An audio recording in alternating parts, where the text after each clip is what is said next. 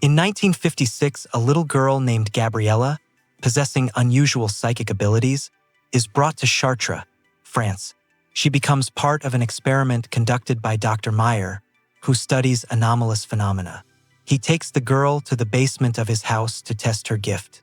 There, she suddenly falls to her knees and begins digging. The doctor goes upstairs to call for help.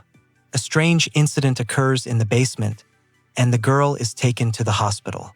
Later, during excavations in the basement, an old corpse and a wallet are discovered. The documents reveal that the body was Paulo Zeder. The doctor realizes that the body was located in a special place, the so-called K-zone.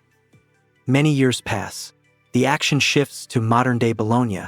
The writer Stefano receives an old typewriter as a gift from his wife, Alessandra. Some time later, he accidentally notices that the typewriter ribbon still contains some previously typed texts. Among them is an essay by Paulo Zeder. These notes explain the existence of K-zones, special areas of land where the effects of death cease. According to the theory, if a body is buried in a K-zone, it can return to life. Stefano begins to delve deeper into this discovery. He tries to learn more about Paulo Zeder and his research, but encounters resistance. The people he contacts make it clear that such questions are unwelcome. However, this only heightens the writer's interest.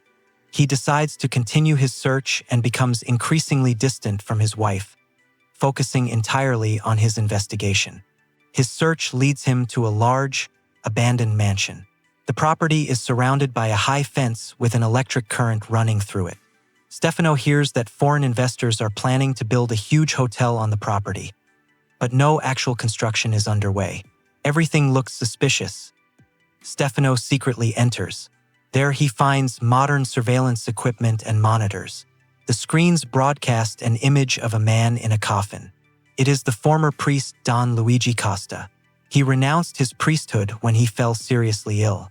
Continuing Zeder's work, Costa decides to bury himself in the supposed K-zone. The cameras record the process, and it is evident that he is returning to life. The writer is shocked by what he sees, but he realizes that a secret organization connected to the experiments is behind everything that's happening. He manages to escape these people and escape the mansion. However, he soon discovers that his wife has fallen victim to a conspiracy and died. Stefano doesn't give up on the idea and decides to use his knowledge of the K-zones. He takes his wife's body to an abandoned area where he believes a similar zone is located. He buries her there, hoping for her return. That night, she indeed comes back to life and approaches him. Stefano comes face to face with her, screaming terribly.